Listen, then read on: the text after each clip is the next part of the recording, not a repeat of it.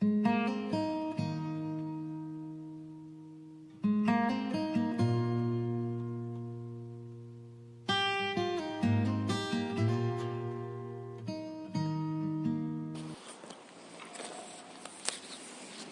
como vocês podem ver, é nosso domingo da igreja perseguida. E eu vou ler para vocês um breve relatório sobre esse tema. Pressões governamentais e sociais cresceram sobre a religião. Intolerância religiosa e extremismo em países islâmicos aumentam a perseguição aos cristãos no mundo. O assédio e a violência contra a igreja cristã têm aumentado globalmente. O PEW Center, um dos parceiros da Portas Abertas, publicou seu próprio relatório anual que afirma a mesma tendência geral. A lista mundial da perseguição e o novo relatório do PEW chegam a um ponto similar. Os governos estão aumentando as restrições aos cristãos. E o número de países onde eles experimentam os mais altos níveis de pressão e intolerância religiosa está aumentando. Segundo a Portas Abertas, existem mais de 245 milhões de cristãos perseguidos hoje no mundo. A lista mundial da perseguição foi criada há mais de 25 anos e pesquisa mais de 150 países e classifica os 50 países que mais perseguem cristãos no mundo. Como alguns exemplos, novas leis na China e no Vietnã buscam controlar toda a expressão da religião. Na China é o pior em mais de uma década. No norte e no cinturão médio da Nigéria, pelo menos 3.700 cristãos foram mortos por sua fé, quase o dobro do número de um ano atrás. Com aldeias completamente abandonadas por cristãos forçados a fugir, enquanto seus atacantes armados agiam com impunidade. Governos nacionalistas como a Índia e Mianmar continuam a negar a liberdade de religião para suas grandes minorias cristãs, enviando a mensagem muito clara de que, para ser indiano, por exemplo, é preciso ser hindu, ou para ser birmanês é preciso abraçar o budismo. A extrema perseguição também chega às mãos de milícias islâmicas radicais, como no Egito, onde o Estado Islâmico no Sinai prometeu em 2017 acabar com a igreja cristã, bem como na Líbia, Somália e muitos outros países subsaarianos. O sudeste da Ásia tem visto suicidas na Indonésia atacarem 3 igrejas em um dia. Globalmente, a perseguição também provém de familiares e amigos, de vizinhos e colegas de trabalho, de conselhos comunitários e funcionários do governo local e da polícia e dos sistemas legais. Mulheres e meninas cristãs enfrentam mais pressão de perseguição nas esferas familiar e social. Homens e meninos são mais propensos a sofrer o impacto da pressão das autoridades ou milícias. O embaixador do Portas Abertas, Marco Cruz, explica que direitos civis básicos como água, luz e emprego são negados. Ele relata que em Bangladesh, uma família que conheceu o Evangelho teve o esgoto de todas as casas da vila desviados para a sua casa. Das 4.136 mortes por fé cristã desse ano, a Nigéria sozinha representa cerca de 90%. Temos evidências estatísticas para apoiar nossa experiência de que a perseguição está crescendo tanto em intensidade quanto no número de países e cristãos afetados. Não bastassem os ataques que culminam em morte, a perseguição tem ocorrido de forma velada no mundo ocidental, nos países considerados democráticos. Parafraseando o grande evangelista Billy Graham, a sociedade está se esforçando para evitar qualquer possibilidade de ofender alguém. Só não se importa de ofender a Deus.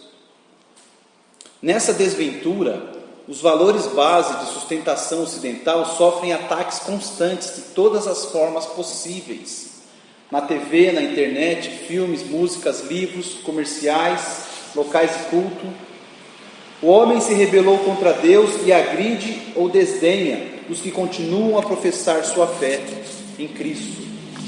A Europa, referência de civilização, tem sido palco de intolerância. Os templos cristãos têm sido acometidos numa proporção inaceitável. Só em 2019 foram mais de 3.000 igrejas, escolas, cemitérios e monumentos cristãos atacados. Inclusive, como vocês lembram, a Catedral de Notre-Dame, em Paris. Segundo o governo francês, cerca de 3 vezes por dia, lugares cristãos são alvos de ação de vandalismos ou são profanados e incendiados. Na Alemanha, conforme registros da polícia, esses ataques ocorrem ao menos 2 vezes por dia. Países como a Bélgica, Grã-Bretanha, Dinamarca, Irlanda, Itália e Espanha também não estão livres de ataques tanto à Igreja Católica Romana quanto às protestantes.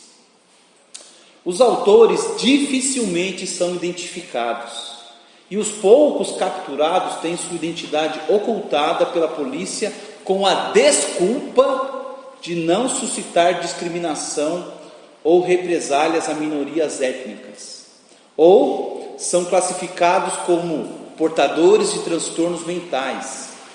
Assim, os atos jamais serão considerados crimes de ódio. Conforme o Instituto Gatestone, ou algo parecido, entidade que observa a perseguição aos cristãos e a política internacional, a maioria dos agressores são imigrantes muçulmanos, anarquistas ou feministas radicais. A realidade na América Latina não dista da europeia. Argentina, Chile e México são constantemente palcos de agressões a templos cristãos. O certo é que mesmo quando os ataques não ocorrem nos lugares físicos, dirigem-se a símbolos sagrados. E esse embaixador do Portas Abertas, ele conclui dizendo o seguinte, como um recado para a igreja brasileira: a perseguição nos alcançará. Em algum momento, a perseguição vai chegar ao Brasil de forma real e concreta, ele alerta. Salienta, contudo, que não é possível prever o nível e intensidade dessa perseguição. Todavia, assevera que a perseguição aos cristãos é bíblica e ela virá a todos. É importante refletir se o cristão brasileiro está realmente preparado ou estará quando ela chegar. A igreja brasileira está pronta para isso?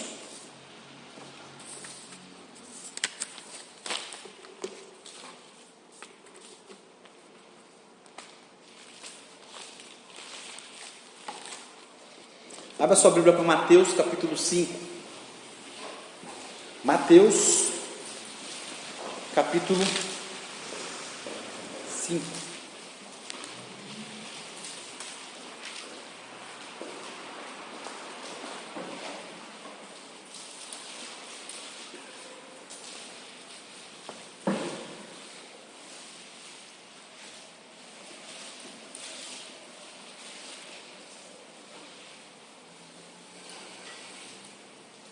Mateus capítulo 5, vamos ler do verso 10 ao 12. A palavra de Deus diz assim: Bem-aventurados os perseguidos por causa da justiça, porque deles é o reino dos céus. Bem-aventurados sois quando por minha causa vos injuriarem e vos perseguirem, e mentindo disserem todo mal contra vós. Regozijai-vos e exultai, porque é grande o vosso galardão nos céus, pois assim perseguiram aos profetas que viveram antes de vós. Vamos buscar a Deus em oração? Amado Deus, querido Pai, nós nos colocamos diante do Senhor com gratidão pela Tua misericórdia, com reverência diante da Tua santidade, para clamar ao Senhor misericórdia sobre as nossas vidas. O Senhor conhece o nosso coração e a nossa vida, e o Senhor sabe como nós temos reagido à pouca perseguição que temos sofrido.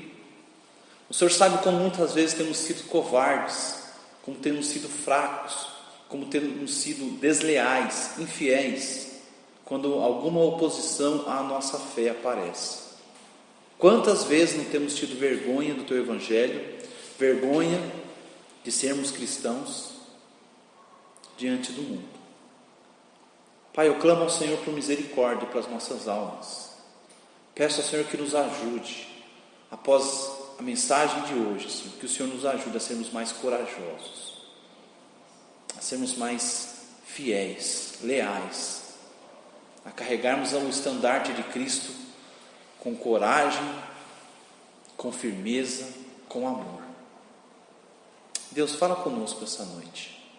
Nos ajuda, eu te peço, em nome de Jesus. Amém.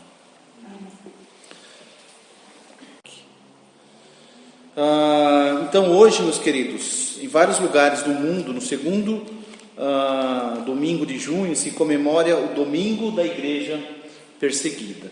E para que tem isso? Para que tem que ter o domingo da igreja perseguida? Porque é um dia para nós nos inteirarmos do que está acontecendo. É um dia para a gente entender a realidade da nossa luta, a realidade em que muitos cristãos estão passando e que a mídia não vai divulgar de forma alguma. E também uma oportunidade para nós clamarmos a Deus por esses nossos irmãos e irmãs. Quando você chegar na sua casa hoje ou amanhã, tira um tempinho para pesquisar sobre a igreja perseguida, sobre cristãos perseguidos no mundo. Se você vê ali fora, eu já vi esses videozinhos, já vi isso aí.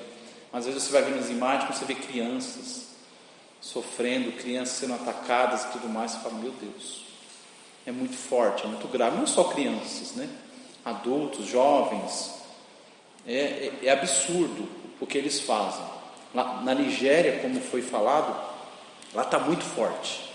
Aquele grupo Boko Haram, ou acho que é assim que chama, eles têm feito estragos demais. Até há 2 anos atrás eles sequestraram mais de 100 jovens cristãs, entraram numa espécie de seminário lá, levaram aquelas jovens cristãs para serem escravas sexuais deles. Horrível, horrível, horrível. Eles não têm o menor respeito pela vida humana, tá bom? Bom, vamos voltar ao nosso texto. O texto diz que Jesus chama a sua igreja sofredora de bem-aventurado. Não é assim que ele diz e repete no verso 11: bem-aventurados os perseguidos por causa da justiça, porque deles é o reino dos céus. Nós aprendemos já que bem-aventurados é felizes, são abençoados. Mas como que alguém que passa por isso pode ser feliz, pode ser abençoado? Tem alguma coisa errada, não é? A lógica de Jesus aqui está meio esquisita.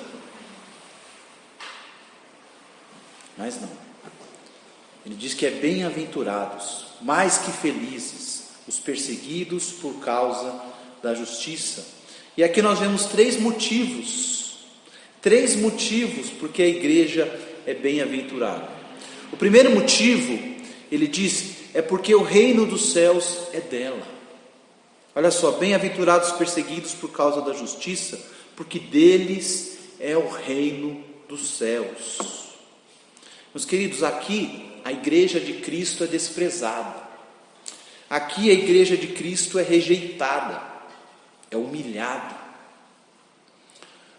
Quando você estuda a história da igreja, você descobre que durante vários séculos os cristãos foram considerados cidadãos de segunda categoria. Os seus direitos eram reduzidos. Eles tinham certos direitos, outros não tinham, pelo fato de serem cristãos. eles eram sempre caricaturizados, acho que é assim que falam, como ignorantes, como ateus, pelo fato de nós crermos em um só Deus e esse Deus ser invisível. Eram chamados de canibais por causa de uma interpretação estúpida que eles davam da ceia do Senhor e coisas do tipo. Então, durante a história da igreja, os cristãos sempre foram caçados e perseguidos. Só que Jesus diz: bem-aventurada é a igreja, porque dela é o reino dos céus.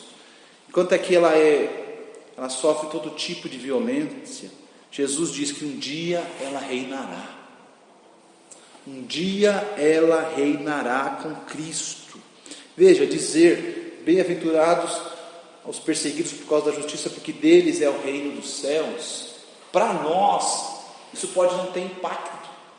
Então no futuro, né, quando Cristo vier reinar, que bacana, né? A gente vai reinar com Ele. Legal, bom saber, né? É bom ter essa informação. Para nós que vivemos numa sociedade sem perseguição, uma sociedade em que não tem uma opressão contra nós por causa da nossa fé, isso pode não ter relevância nem peso.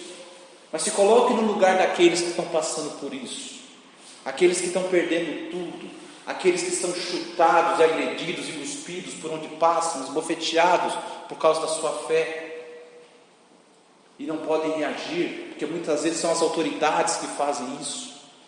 Pensa, as próprias autoridades, aqueles que possuem o poder, que possuem as armas, que possuem a lei a seu favor, eles estão fazendo isso com cristãos, e eles, né, são tratados como cachorros, como bichos, desprezados. Para eles, essa palavra tem peso.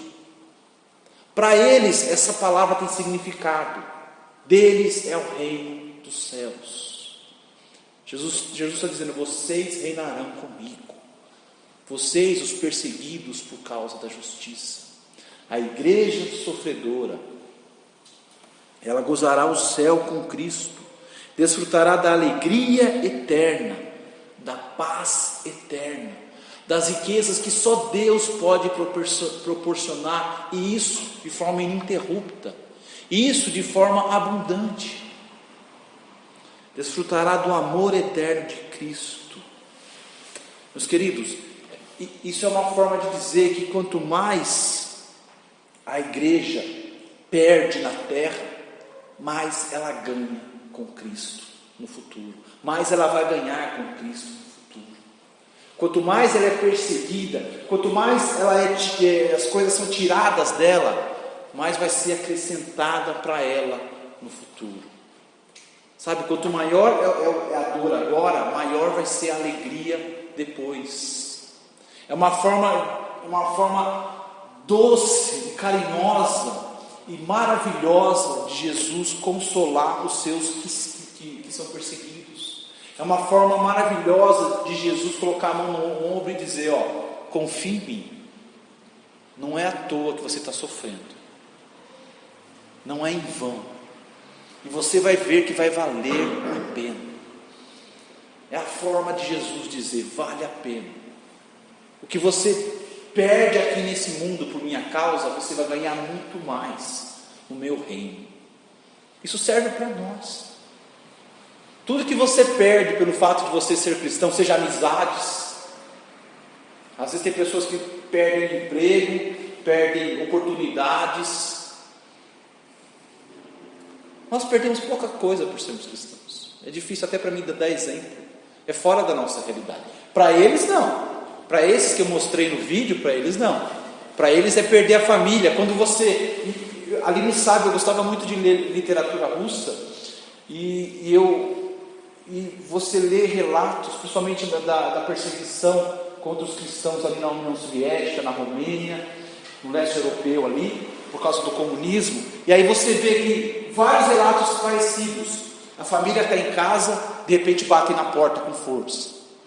Aí vão lá abrir, entre uns homens do governo, os agentes do governo, falam: olha, queremos conversar com fulano e fulano.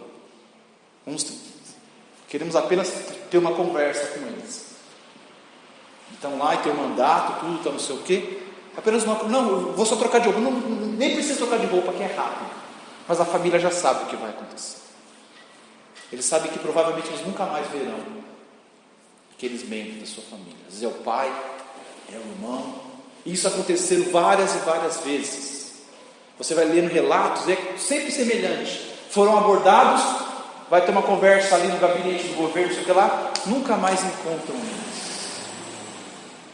Ou eram mortos, ou eram mandados para campos de trabalho forçado.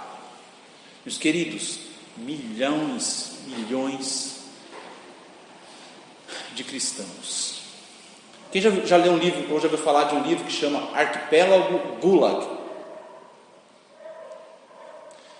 Gulag seriam os campos de trabalho forçados lá na Sibéria, naquele lugar no norte da União Soviética que é só gelo. É claro que não é só cristãos que eram mandados para lá. Qualquer pessoa que fazia oposição ao governo comunista, na verdade qualquer pessoa que eles se invocavam, eles mandavam para lá. Mas cristãos em geral eram mandados para esses lugares. Mas como eu disse, para esses que perderam familiares, para esses que sofreram por causa de Cristo, essas palavras têm peso, essas palavras têm significado. Para nós é interessante, é bom saber, né? Talvez no futuro essas palavras terão peso, talvez no futuro essas palavras vão ser a nossa âncora, que a gente vai se segurar, né, para não desanimar, para não abandonar a fé. Talvez se a perseguição chegar até nós, essas palavras terão um valor inigualável. Essa promessa do Senhor: olha, bem-aventurados os perseguidos por causa da justiça, porque deles é o reino dos céus. Vai ser a nossa ponta de esperança. Bom, em segundo lugar, ele diz que a igreja sofredora, a igreja perseguida é bem-aventurada, porque o galardão, a recompensa que está preparada para ela é grande. Olha o que ele diz: bem-aventurados sois quando por minha causa vos injuriarem, vos perseguirem e mentindo disserem todo mal contra vós. Regozijai-vos e exultai, porque é grande o vosso galardão nos céus. Olha só, meus queridos, a igreja ela é bem-aventurada, a igreja perseguida, porque o galardão dela, a recompensa dela é grande. Grande. E o grande de Deus, meu querido, é realmente grande. Jesus não falava palavras soltas. Jesus não falava por falar. Não faltava adjetivos em seu vocabulário. O grande de Deus é grande.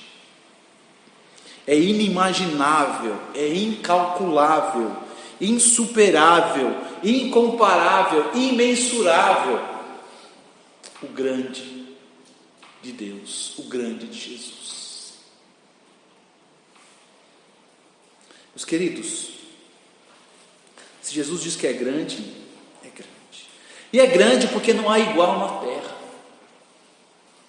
É grande porque nunca findará. É grande porque é perfeita, porque é pura, porque é santa. É uma recompensa santa. É uma recompensa que virá das mãos do próprio Deus.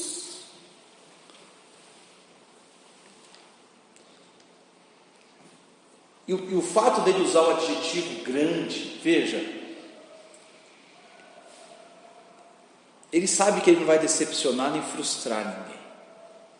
Não é aquele negócio dele falar que é grande e você, é isso? Não, é que eu imaginei outra coisa. Mas eu gostei, legal, bom, obrigado, valeu, tchau. Não vai acontecer isso. Ele diz que o galardão, a recompensa é grande. E o que esse mundo tem a oferecer que você possa realmente chamar de grande? O que esse mundo tem a nos oferecer que a gente possa realmente usar esse adjetivo? Olha, a recompensa disso é grande. Grande. Jesus usando o adjetivo grande. E olha, Deus não exagera. Deus é um Deus de exatidão, de perfeição. Na lógica de Jesus, que é uma lógica perfeita, você tem a sua vida, que você não sabe o tamanho dela, né? Que ela pode ser 30, 50, 70, 80, 90, quem sabe 100 anos, ou apenas 15, 18, sei lá. Mas na lógica de Cristo, o que você investe nesse pequeno período de tempo é um investimento que o retorno é inexplicavelmente grande. Você tem um pequeno período de tempo aqui nessa terra e depois você tem toda uma eternidade sem fim, inimaginavelmente sem fim. E o que você investiu nessa terra, quanto mais você investir no reino dele, nessa terra, maior vai ser o seu retorno no reino dele. Da mesma forma, quanto maior o nosso sofrimento aqui nessa terra, maior é o nosso galardão no reino eterno. Grande, grande. É claro que Jesus é justo. Uma pessoa o único sofrimento que ele teve por causa de Cristo foi brigou com a amiga, o que mais? Sei lá. O único sofrimento que ele teve por causa de Cristo foi que alguém mostrou a língua para ele quando ele foi fazer evangelismo, só isso. Enquanto outros tiveram a família destroçada por causa da perseguição, perderam tudo, foram tratados igual lixo, igual cachorro, anos e anos, foram para a prisão, desprezo após desprezo. Esses, nosso Deus que é justo, vai recompensar justamente. Grande, grande. Mais uma vez, uma forma de Jesus dizer: olha, vale a pena você me seguir, vale a pena você continuar firme. Além do mais, há um terceiro motivo pelo qual a igreja sofredora, a igreja perseguida, ela é bem-aventurada. Além de ser dela o reino dos céus, além de que ela receberá uma recompensa perfeitamente grande, é que o sofrimento da igreja perseguida a coloca no rol daqueles que têm sofrido em nome de Deus. Os homens e mulheres de Deus, os servos de Deus, como os profetas, ele diz: pois assim perseguiram aos profetas que viveram antes de vós. Esses homens de Deus que nós lemos e admiramos, e repetimos as suas palavras, memorizamos, aprendemos os seus ensinos, nos motivamos pelos seus exemplos. Jesus diz: vocês da igreja perseguida são igual a eles, estão no mesmo nível que ele. Se eles são grandes homens de Deus, que hoje tem o seu maravilhoso galardão no céu, Jesus está dizendo: vocês, os cristãos que sofrem por causa da justiça, estão no mesmo nível, no mesmo rol. Deus olha para vocês da mesma forma que ele olha para os seus profetas, que sofreram por causa da verdade. Veja Hebreus capítulo 11, rapidamente. Hebreus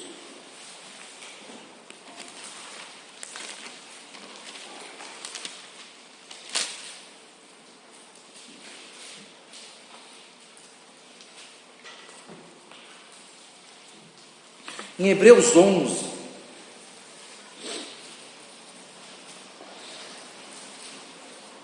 vamos ler só alguns versículos, porque é muito grande esse texto, mas olha só, quando você vê, por exemplo, do verso 24 a 26, pela fé Moisés, quando já homem feito, recusou ser chamado filho da filha de Faraó, preferindo ser maltratado junto com o povo de Deus, a usufruir os prazeres transitórios do pecado, porquanto considerou o opróbrio de Cristo por maiores riquezas do que os tesouros do Egito, porque contemplava o galardão.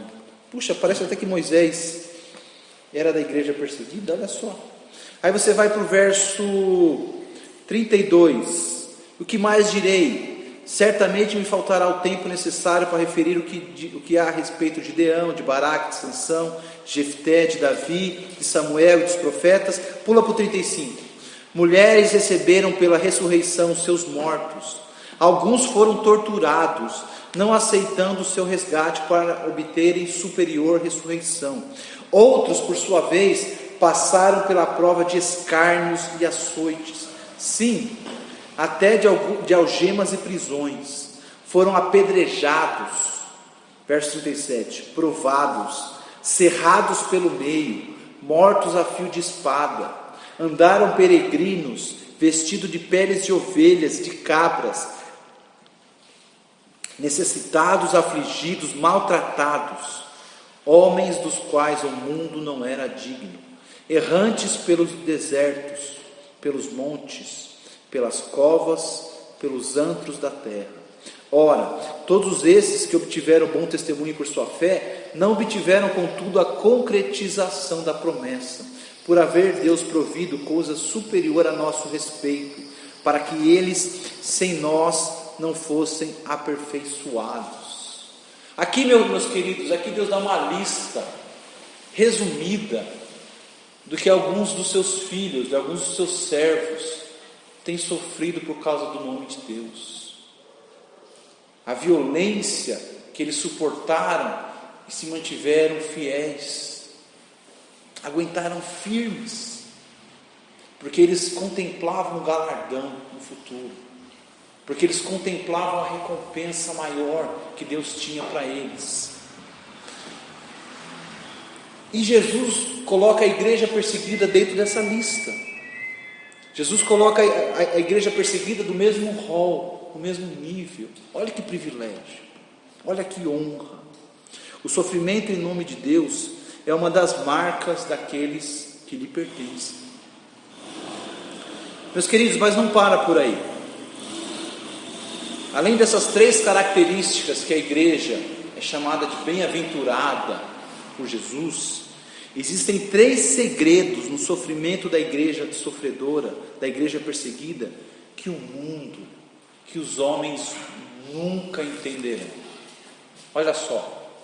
Primeiro, quando o mundo persegue a igreja de Cristo, ele não entende.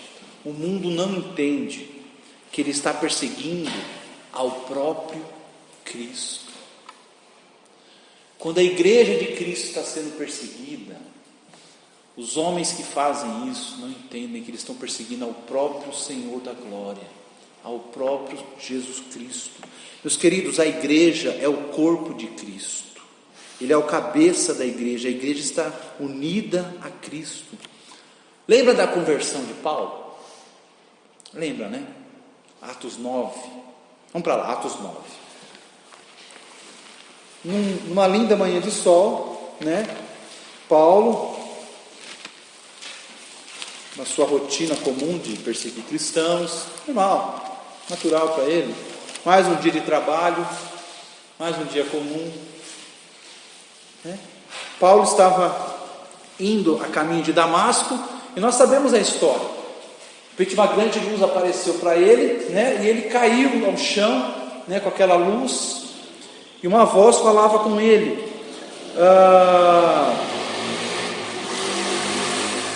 Verso 3: seguindo ele estrada fora, ao aproximar-se de Damasco, subitamente uma luz do céu brilhou ao seu redor, e caindo por terra, ouviu uma voz que lhe dizia: Saulo, Saulo, por que me persegues? Ele perguntou: quem és tu, Senhor? E a resposta foi: eu sou Jesus, a quem tu persegue. No verso 4, Jesus perguntou: Saulo, por que me persegues? Puxa, mas Jesus já tinha morrido há quantos anos aqui? 15 anos? 20 anos? Paulo estava perseguindo os cristãos, não Jesus. Ele sabia que Jesus tinha morrido. Claro que ele não cria que Jesus tinha ressuscitado e subido ao céu, mas ele sabia que Jesus já não estava mais ali. E Jesus aparece para ele e fala: por que tu me persegues? E aí no verso seguinte ele diz: eu sou Jesus, a quem tu persegues. É um segredo que o mundo não entende. Ao perseguir a igreja de Cristo, o mundo está perseguindo ao próprio Cristo. Quando a igreja é perseguida, o próprio Cristo é perseguido. Quando a igreja é desprezada, o próprio Cristo é desprezado. Quando a igreja é agredida, torturada e morta, eles estão fazendo isso a Cristo. A Cristo. Jesus sente a dor da igreja. Jesus, ele conhece as lágrimas da igreja, porque as lágrimas da igreja são as lágrimas dele. Veja Mateus 25, 40. Mateus 25, 40.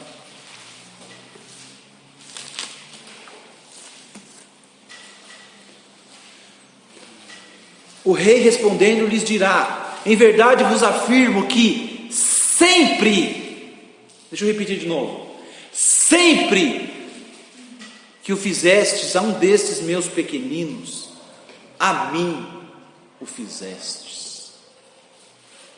O que o mundo faz à igreja de Cristo, o mundo está fazendo ao próprio Cristo. Esse texto está nos ensinando. É a Ele.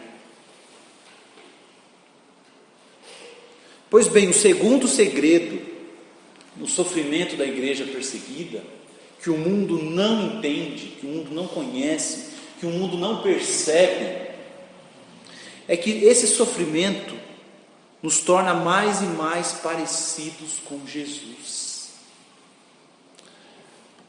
Quanto mais o mundo persegue os cristãos, quanto mais o mundo oprime a igreja de Cristo, mais a igreja de Cristo se torna parecida com Ele. Veja Filipenses. Hoje é dia de fuçar na Bíblia, hein? Filipenses, vamos lá. Gálatas, Efésios, Filipenses.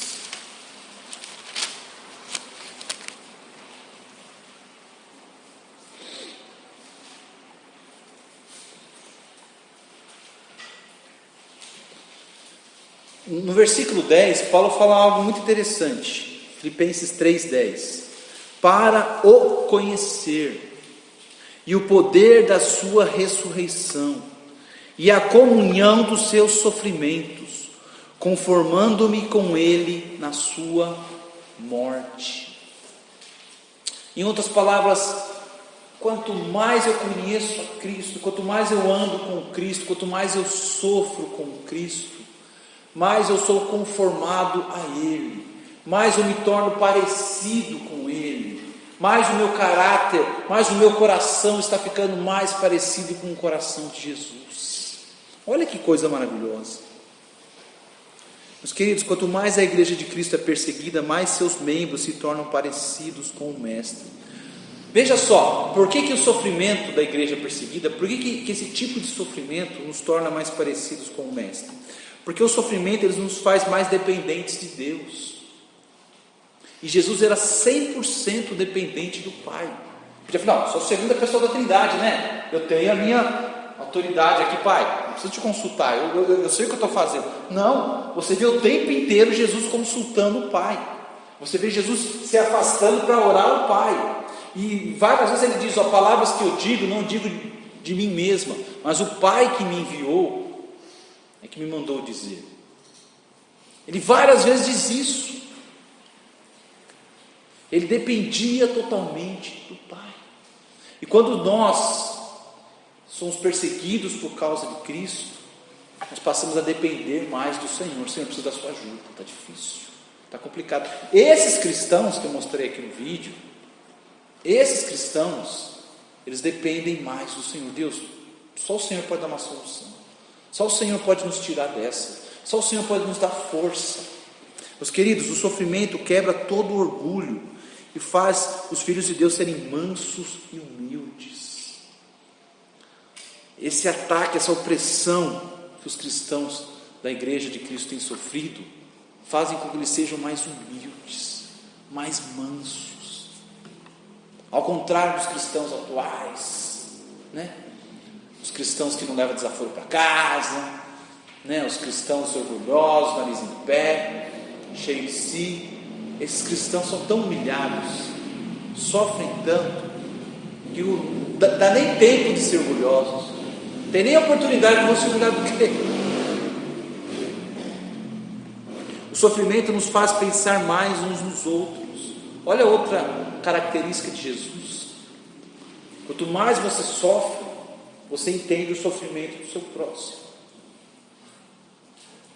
Vocês viram algumas imagens que é montagem, né? Que é do Portas Abertas, que mostra, que eu mostrei aqui, né? Pessoas, é representação, não é verdade aqui, pessoas espancando os cristãos ali, né? No meio ali, e as pessoas ao redor de costas viradas. Quem vive num mundo paraíso, que muitos de nós vivemos, não percebe, nem se importa com o que está acontecendo lá, não é aqui. Mas quando chega até você, você se importa, você sente. Outra coisa, o sofrimento limpa a igreja de crentes nominais, não fica um. Quando a perseguição vem na igreja, aquele que se diz crente, aquele que é crente só de fachada, aquele que é crente, né, esporádico, crente quando convém, esse aí não fica, isso aí some. Quando a igreja é perseguida, só ficam os verdadeiros cristãos.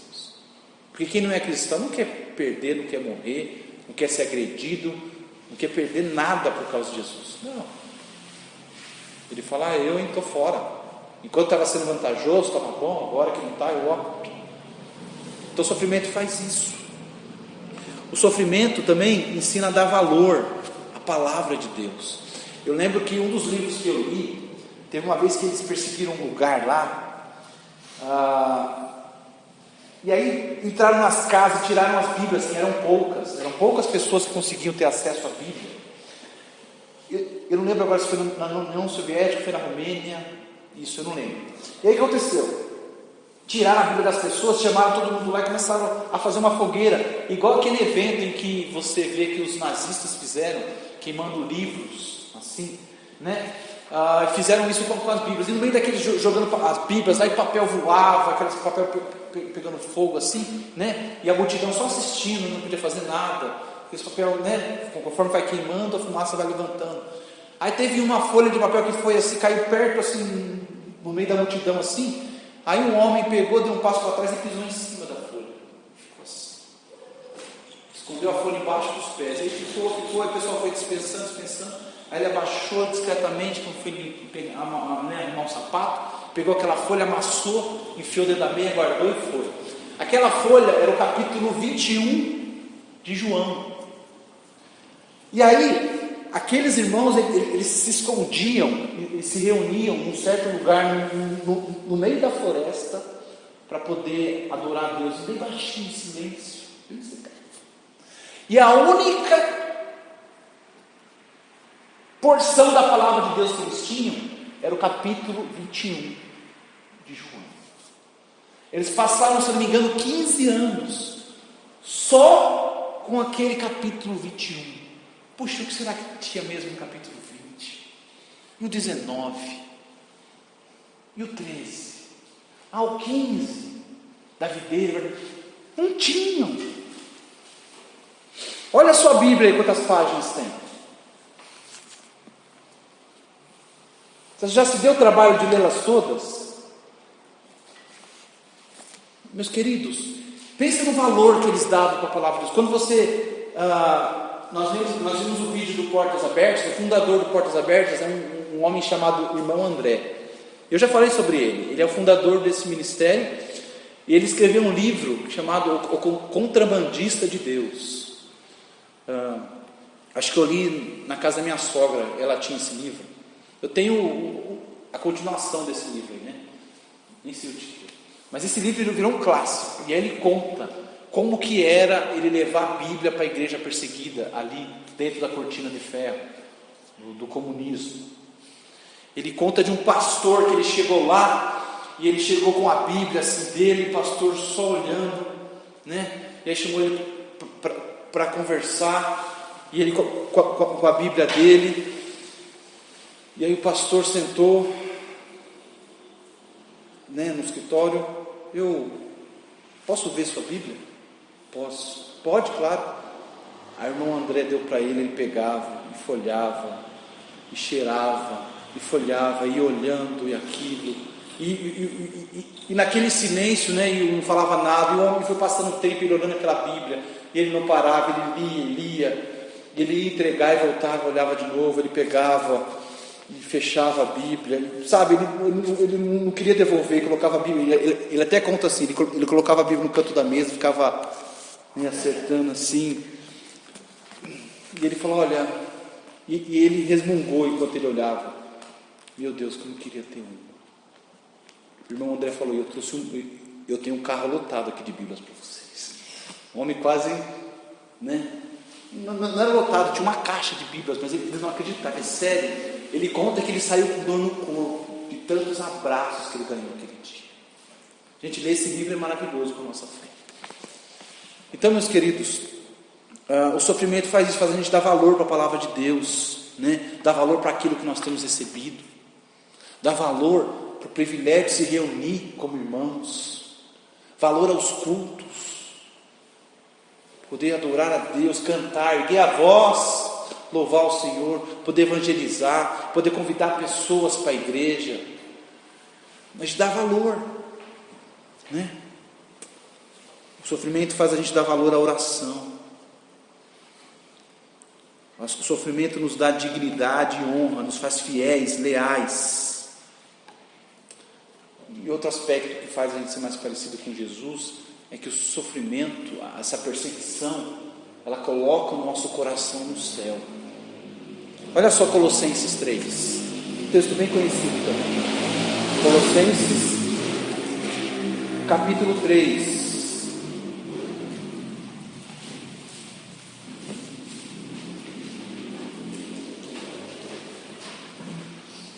Colossenses capítulo 3 diz assim: portanto, se fostes ressuscitados juntamente com Cristo, buscai as coisas lá do alto, onde Cristo vive, assentado à direita de Deus. Pensai nas coisas lá do alto, não das que são aqui da terra, porque morrestes, e a vossa vida está oculta juntamente com Cristo em Deus.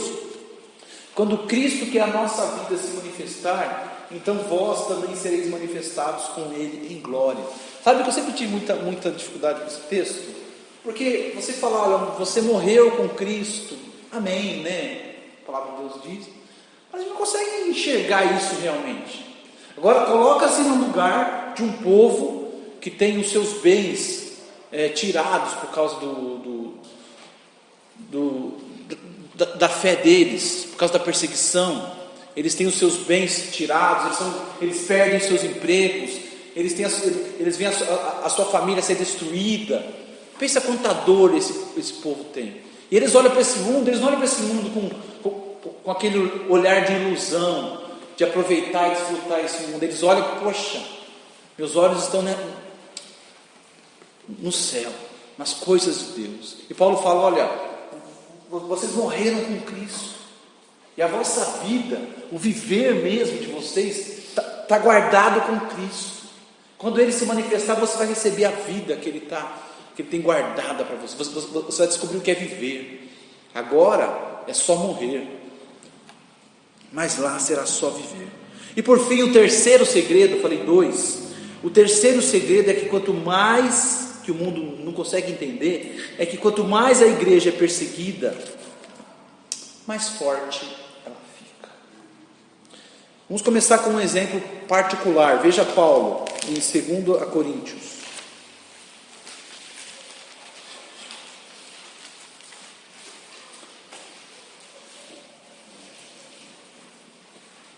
Paulo em 2 Coríntios capítulo 12.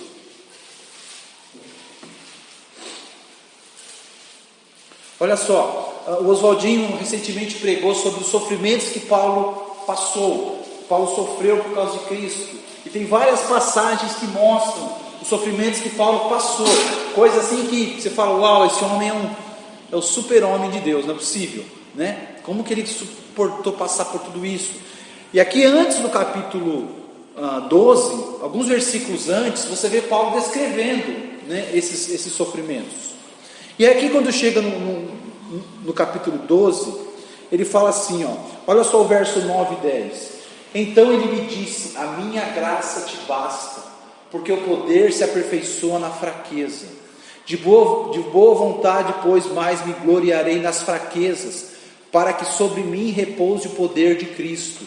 Pelo que sinto prazer nas fraquezas, nas injúrias, nas necessidades, nas perseguições, nas angústias por amor de Cristo. Porque quando sou fraco, é que sou forte. Quanto mais ele era oprimido, quanto mais ele era maltratado, quanto mais perseguiam ele, mais a graça de Deus o fazia forte, ele diz. Quanto mais fraco, mais força eu tenho. Eu tenho a força do Espírito Santo de Deus. Eu tenho a força que vem de Jesus Cristo, a força para lutar. Por quê? Porque Deus molda o caráter desse homem. Deus vai moldando e vai fazer ele mais perseverante, mais firme. Um homem que não desiste na primeira dificuldade, um homem que luta até o fim, um homem que não se entrega, e um homem que se torna um exemplo para milhões de cristãos durante 2000 anos de igreja. Quanto mais batia, mais rígido ele ficava, mais firme. A perseguição faz isso com cristãos.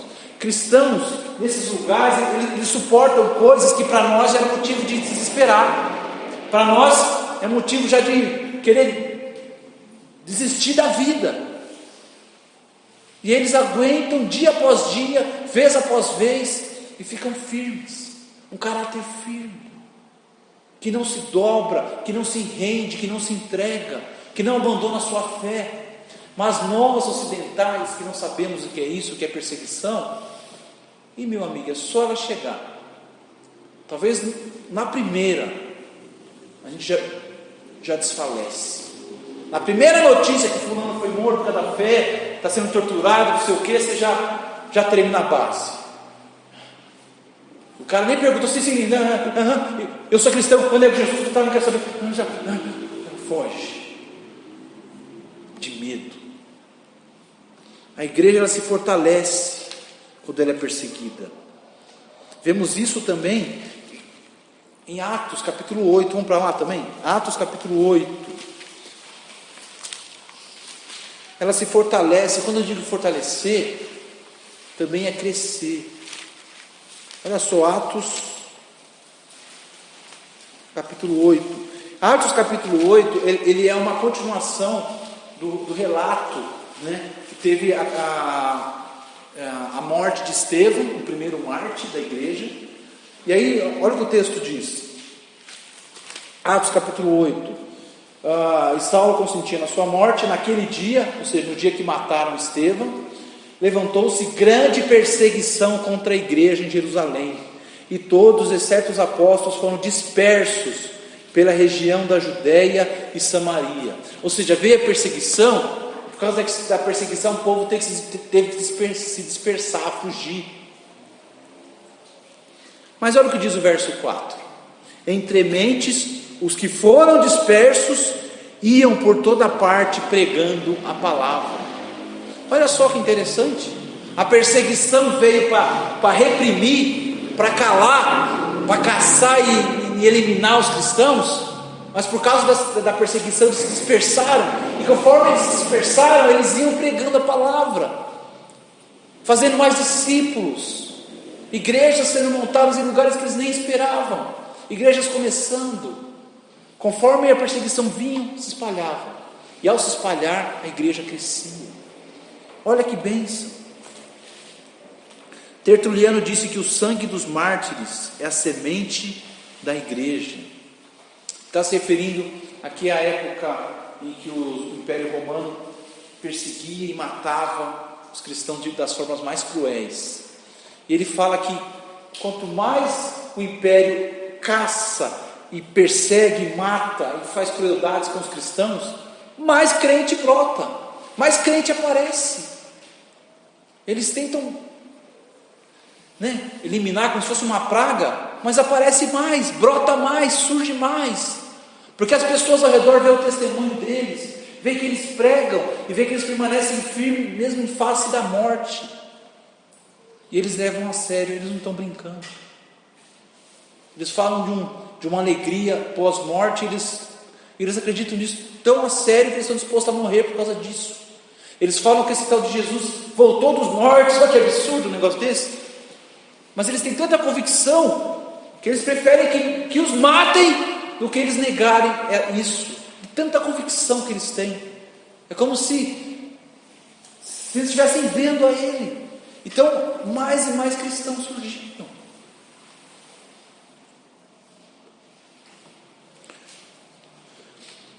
Meus queridos, durante toda a história da igreja sempre houve perseguições contra ela. O diabo sempre levantou seus exércitos aos milhares para destruir a igreja de Cristo. Mas Jesus já havia dito, né? Edificarei a minha igreja e as portas do inferno não prevalecerão contra ela. Nos locais onde a igreja é mais perseguida, mais ela cresce e se fortalece. O que o diga a China. Mas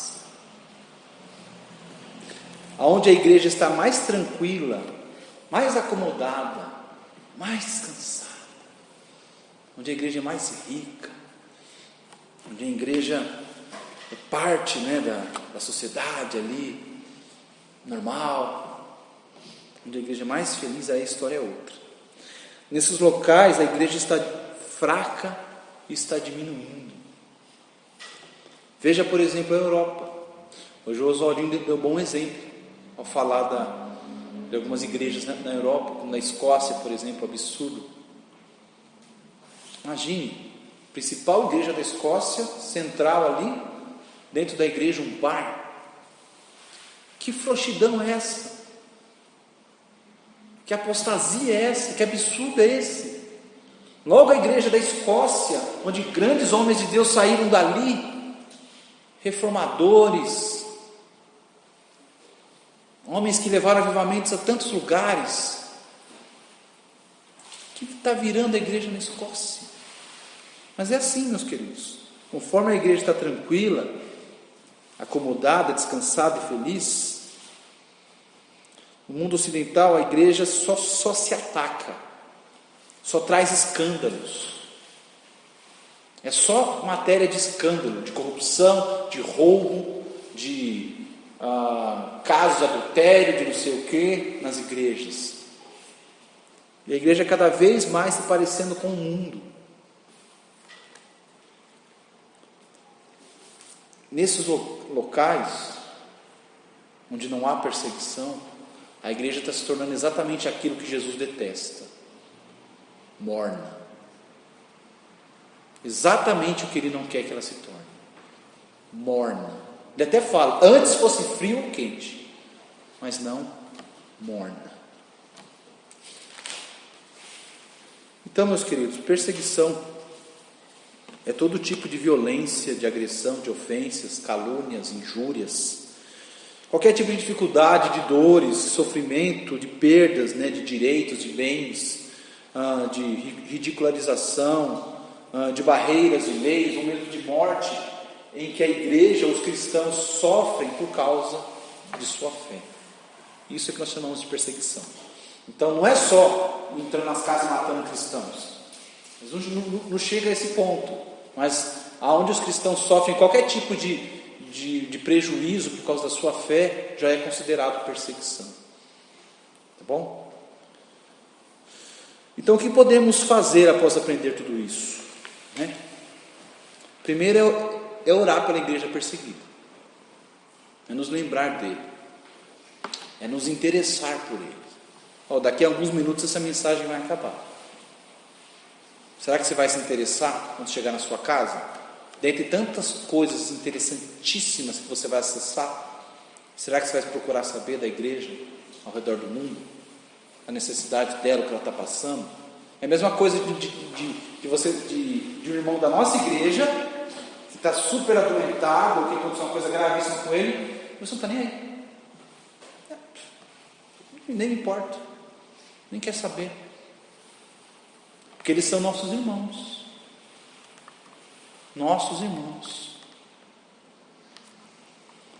Então, orar por essa igreja, se interessar, refletir sobre o tipo de cristianismo que nós vivemos. Também nós devemos aprender a perseverar e a honrar o nome de Cristo aonde formos. E a nos preparar para o fogo que virá. Meus queridos, é certo que o fogo vai chegar até nós. É só questão de tempo. Como Marco Cruz, que eu li aqui do relatório, talvez não vai ser com a mesma intensidade que desses lugares, mas ele vai chegar. É bíblico. Se perseguiram a mim, perseguirão a vós, disse Jesus. E eu não lembro de Jesus ter errado alguma vez. Vocês lembram? Não, né? Então como que a gente se prepara? A gente se prepara, meus queridos, com arrependimento. A gente se prepara com quebrantamento, com comprometimento maior, com amor a Cristo e a sua igreja. Meus queridos, não podemos nos esquecer que a igreja só é perseguida quando incomoda, quando se opõe ao mundo, quando faz diferença. Tá bom? Então eu trouxe essa mensagem com esse objetivo: informar e chamar, para clamarmos para a igreja perseguida. Amém?